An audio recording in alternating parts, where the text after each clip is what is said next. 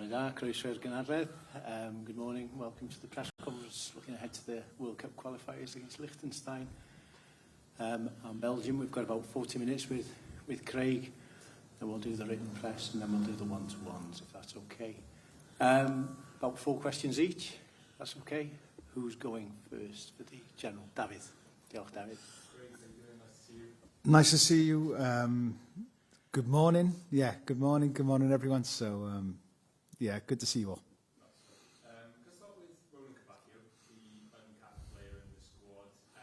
Can you tell us what he brings to the squad and maybe how the younger players during your training camp in Spain impressed you? Yeah, Ronan, first, like I've known him since he was very, very young. I've kept an eye on him. Even last year, we wanted to buy him for Burnley, so I am fully aware. I've watched him for, especially over the last couple of years. His progression has been outstanding. I think his potential can be ridiculously high. He's very athletic, very intelligent. If he weren't injured, I would have had him in March. So he's a player, especially in a right-back position. We have 1 or 2 younger ones coming through, but we don't have a big area in there, so we need to really start developing players for that position. He's the perfect profile for that. And in terms of more senior players coming back... Oh, sorry, do you want to talk about the younger ones as well? In the the camp? Sorry, my fault. Brilliant. Really good. It was great to see, because I picked a lot from the 19s that are a talented group, and that's exactly what they were. So many positives come out of it, and it's just nice to get them in the way we do things, because it's different to what they've been doing before, and to watch day by day. I have to be honest, I was so impressed by them. The future of Welsh football as it stands, if they keep developing, should be very exciting. And just in terms of senior players coming back from injury, Harry Wilson and Ethan Ampadu stand out. What is it specifically, do you think, that you missed from them not being there in March, and what can they give you this month coming? No, of course, their quality. Harry... if you look at his performances for us in the first 6 games, his quality, not just the way he works for the team, is incredible. The team does come first with him, which I completely buy into and really appreciate. But he has that, if you look at really our goals, our assists, like the creative bit in the final third, he's really high on. Yeah, so we definitely missed that in the last 2 games. Yeah, he's been a remarkable player for us. I think he fits really well in the way we play. Ethan, we haven't had since September.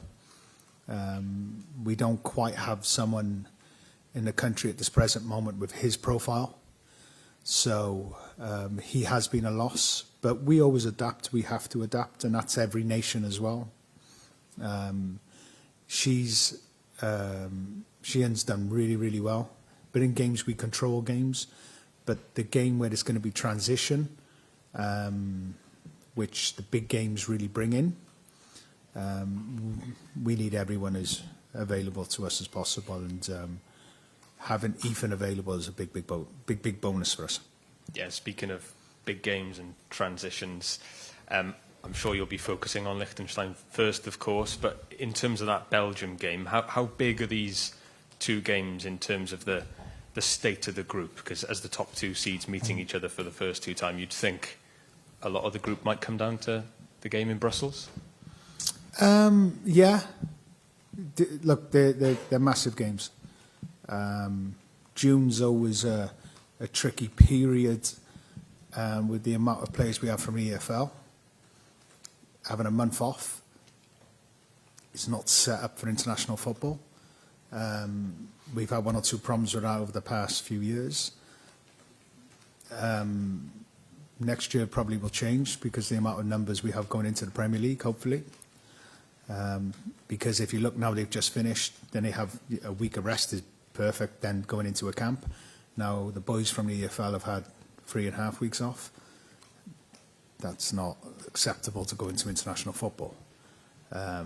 We understand that. Everyone in this room would understand that. So we have to put on a camp. We have to keep the boys training. It's too long a period, and it's a risk to them. The injuries become too big a risk because your muscles will shut down, and then to ask you to get that intensity back up is not quite possible. So having that EFL camp really helps us with that. And like I said, like you said, really, the 2 games, yeah. I have to be honest, I look at the cycle of games. They're all important. Every cycle is. And this one is.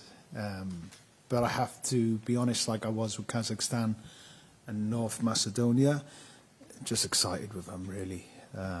Liechtenstein, it's so important for us. So important for us. And it is one step at a time, and I know it's not ideal for everyone in this room. You'd love to talk about Belgium now straight away, but we do have Liechtenstein.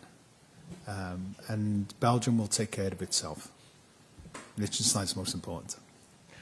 And you know what's coming next, don't you? A question about Belgium, because I can't help but ask, Craig, because it's an you important... can, yeah. It would be a dereliction of my duty, because, you know, it's a country that's close to your heart, isn't it? What? Well, we'll ask about Liechtenstein next week, won't we, in more detail? But We can ask about Liechtenstein whenever you want. Okay, yeah, great. but they come first. Yeah, absolutely. But Belgium is where you But spent years but's of your the worst career. word. I don't like but. Okay. Yeah. Should we talk about your years in Liechtenstein? Go on. in your What were career? you going to say? Let's go. Well, it's because it's an important place to you, isn't it, Belgium? Having, you know, coached at Anderlecht, I was just wondering what it was you learned during your time there, and although you'd be going there for business, you know, what does Belgium mean to you for your development? No, living there was amazing. I love living in Brussels. It gave me a good step back as well. Like I was completely unrecognisable. No one had a clue who I was, which was nice. I enjoyed that piece. But it's not Belgium, it was more Vincent. That's where I really learned football. So my memories towards Belgium go towards Vincent, and where really my education on playing this game and coaching in this game really accelerated. Diolch, Geraint. Hi, morning. How are you? Yeah, I'm good, thank you. Can I just ask just how the camp will be? You've got an awful lot of winners that are coming into the camp at the weekend. The Leeds contingent, you've got Ben and Brennan, fresh from the Europa League success. When you've been winner, when you've got trophies, when you've got silverware, etc., how can that help you? Just those little 1%ers when you've got a bunch of winners that are coming into your camp ahead of these big games? Of course, it's a positive, but do you know when I was at club, anyone who went international football and they came back, forget about what you just done. Focus on what we're doing here. Every meeting, every part of football you thought you've just learned there, forget about. Back on track here, and it's the same here with international football. Of course, I'd have a moment where you can congratulate players, and I love them being on a high, but also I have to be responsible for players who maybe not had the season that people would have expected. But it doesn't matter, because here is a different game. What you're going to do here is completely different to what you've done at your clubs, so that just shuts down. Now concentrate on what we do with Wales. So I try and separate the both, to be honest. Of course, I love the highs, a lot easier, but I'm always prepared for players who maybe have lost form, maybe haven't had the season that they expected, or maybe are having a bad form during the season. That's things that can happen, and actually international football, which I found for myself, can change that outcome as well. You can go away for 10 days and suddenly find something that you're able to go back with into your club football with a real positive. But yeah, I try and separate the both, to be honest. I'm fully aware of everyone's situation, but when you come away with Wales, it's just all about Wales. Obviously, good news with Ethan and Harry, which you squad, and you again bring the youngsters through. Just wondering what conversations you've had with Aaron about his trials with injury and where he is. When you had any conversations about his future. No, I haven't. He's busy with rehab at the moment. I spoke to him a couple of days after the last game with Norwich, and then I seen him doing rehab. So we spoke, but really just concentrating on his rehab. He's going to still be a few months away, and then we'll see where he's at. The most important part now, he comes through his rehab, and then the decision is his. Whatever he chooses, we go with. And it's as simple as that, really. Just looking at the table, I'm trying not to bring too many cricket analogies into this, but kind of scoreboard pressure. You've got points on the board. But that's your journalism, see, because you're so multi-talented in different sports. I'm not, so you can mention cricket scores to me and I won't have a clue. You've got points on the board. Yeah. Basically, the unique way the qualifying campaign goes is that Belgium, one of your challenges, they haven't played a game yet. Does that mean anything to you, or can you? How can you use it to be advantageous if, as hopefully things go to plan against Liechtenstein, you have 7 points on the board before you face Belgium? Can that be an advantage for you? No, not really. It's just what we can do. I know it sounds a little bit cliche, but we can only control what we can control. Now, if we've got games and points on the board, people always like to see it's nice, but I've been involved in and watched from afar. Loads of teams have been able to claw that back. They will have the opportunity to be able to claw that back. So the way I look at it, Belgium will win every single game. And we have to do the same. That's if we want to finish first and reach our objective. So it doesn't matter to me whether it's home, away. We go out to win, and nothing will change from that. Just a final question from me, if I may, and a question I didn't want to ask, just about the events that unfolded in Liverpool. I know you know the club, you know the people there. And the football family was just stunned beyond Liverpool as well. I just wondered what your thoughts were on Monday evening when you saw what unfolded in Liverpool, which was meant to be a celebration. Yeah, no, of course. I didn't know anything about it. Then looked up on the news. Telly was on silent. When you have 2 young children, it's probably best at times. And then you could see something happen, and then I watched it on my phone, and it was one of those you wish you didn't watch. I don't know the ins and outs right now, and that's the honest truth. Like, I don't. I just feel for anyone who's involved, obviously, and the victims as well, and the families. It's heartbreaking. It's heartbreaking to go to what should be an incredible moment, which is an incredible moment. The most successful club in England, equaling 20 titles, which was so important. And I'm a Liverpool fan, by the way. And to see that happen, it was incredible. It's incredible. And I don't know, I'm probably like everyone else. I'm still trying to absorb it now. And maybe I will do in the next few weeks, but at this present moment, it's still quite raw for me. I'm quite sad. So, I'm still trying to come to terms with it myself. Who's next? Lawrence.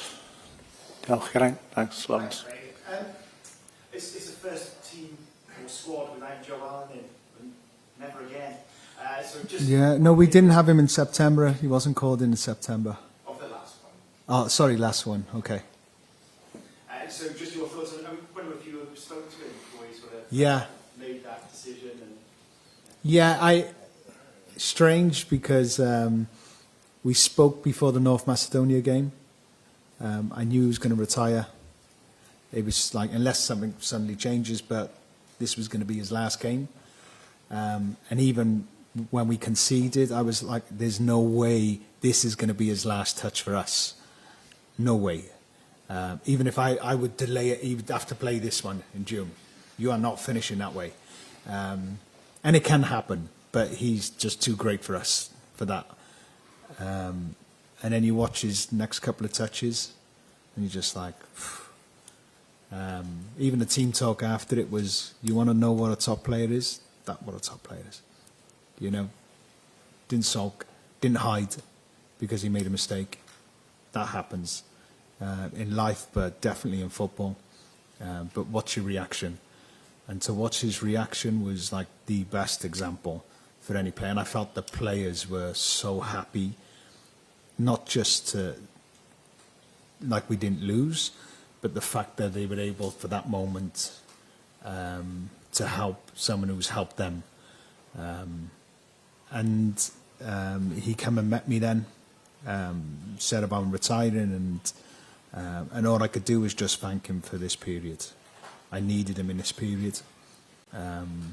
Just by his examples, if I had clips, I wish I could show you that I can coach, but when you have a player at his standard doing it on the pitch, they're coaching on the pitch, for even in training, just allows the way we want to play to go quicker. I couldn't thank him enough.